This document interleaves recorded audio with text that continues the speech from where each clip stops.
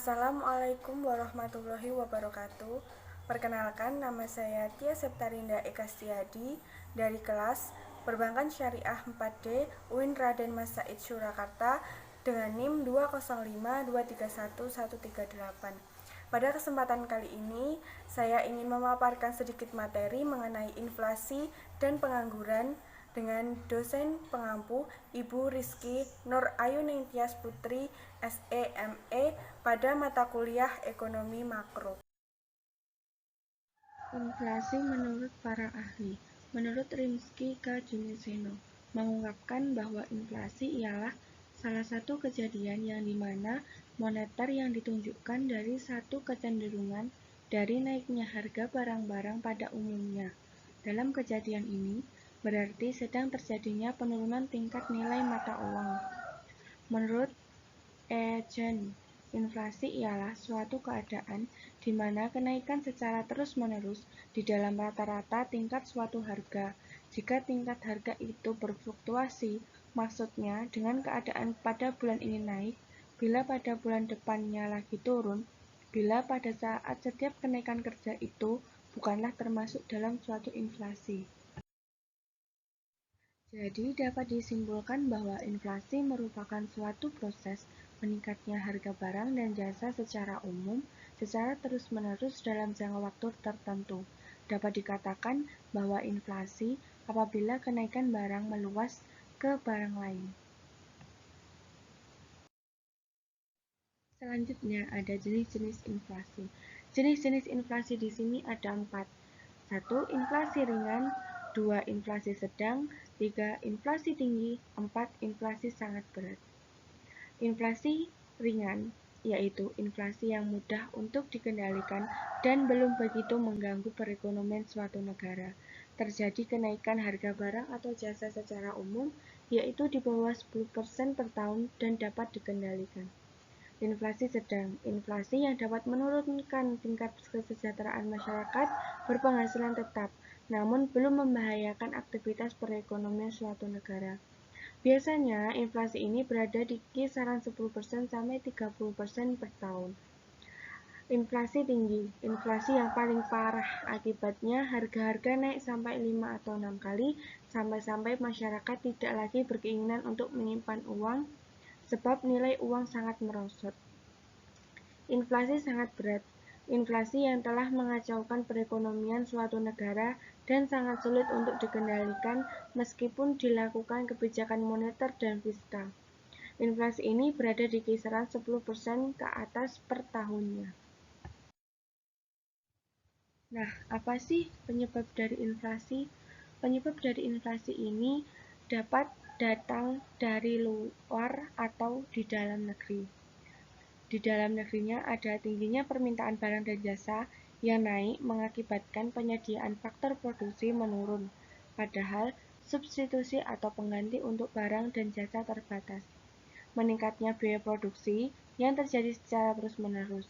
Jumlah uang beredar yang lebih banyak tetapi barang tetap, maka harga barang menjadi mahal. Inflasi ekspektasi atau akibat dari perilaku masyarakat. Masyarakat terlalu berpikir bahwa ekonomi di masa mendatang akan lebih baik, padahal inflasi susah terdeteksi dan tidak signifikan. Kekacauan ekonomi dan politik menyebabkan harga barang menjadi mahal. Utang nasional suatu negara yang meningkat, maka pemerintah akan menaikkan pajak dan mencetak uang lebih untuk melunasi hutang negara. Jika pajak naik, otomatis harga barang akan ikut naik. Nah, itu tadi penyebabnya faktor dari internal. Yang terakhir ada faktor eksternal atau faktornya luar negeri. Rumus untuk menghitung laju inflasi. Laju inflasi atau LI dirumuskan dengan IHK atau Indeks Harga Konsumen bulan ini dikurangi dengan IHK bulan sebelumnya dibagi dengan IHK bulan sebelumnya dikali dengan 100%.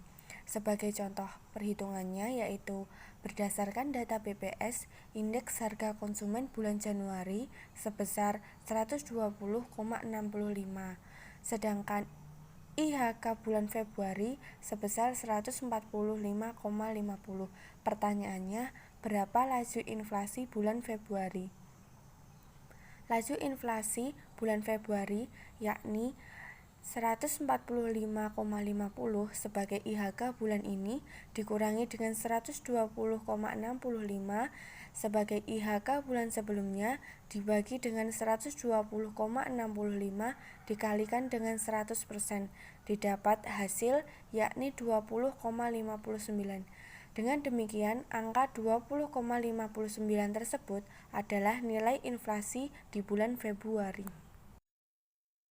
Dampak inflasi. Inflasi umumnya memberikan dampak yang kurang menguntungkan dalam perekonomian. Akan tetapi, sebagaimana dalam salah satu prinsip ekonomi, bahwa dalam jangka pendek ada trade-off antara inflasi dan pengangguran, menunjukkan bahwa inflasi dapat menurunkan tingkat pengangguran atau inflasi yang dapat dijadikan salah satu cara untuk menyeimbangkan perekonomian negara. Pengangguran. Menurut Sukirno, pengangguran merupakan jumlah dari tenaga kerja dalam bidang perekonomian yang aktif mencari pekerjaan, tapi belum berhasil mendapatkan pekerjaan tersebut. Sedangkan Nanga berpendapat bahwa pengangguran merupakan keadaan ketika seseorang yang tidak termasuk dalam kategori angkatan kerja tidak memiliki pekerjaan serta tidak secara aktif mencari pekerjaan saat itu. Sehingga dapat disimpulkan bahwa pengangguran merupakan situasi ketika seseorang tidak bekerja, sedang berusaha mendapatkan pekerjaan serta memiliki pekerjaan namun tidak produktif. Perhitungan mengenai pengangguran. Yang pertama ada angkatan kerja dengan rumus jumlah yang bekerja ditambah dengan jumlah yang tidak bekerja. Yang kedua ada tingkat pengangguran dengan rumus jumlah yang tidak bekerja dibagi dengan angkatan kerja dikali 100.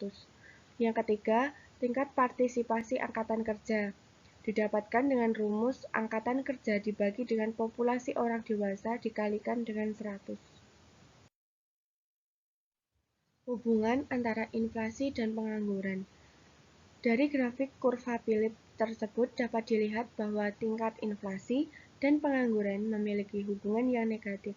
Semakin tinggi tingkat inflasi, maka tingkat pengangguran akan menurun. Begitupun sebaliknya, jika inflasi mengalami penurunan, maka pengangguran akan banyak terserap atau pengangguran dapat berkurang. Sekian sedikit pemaparan materi dari saya, semoga bermanfaat. Terima kasih. Wassalamualaikum warahmatullahi wabarakatuh.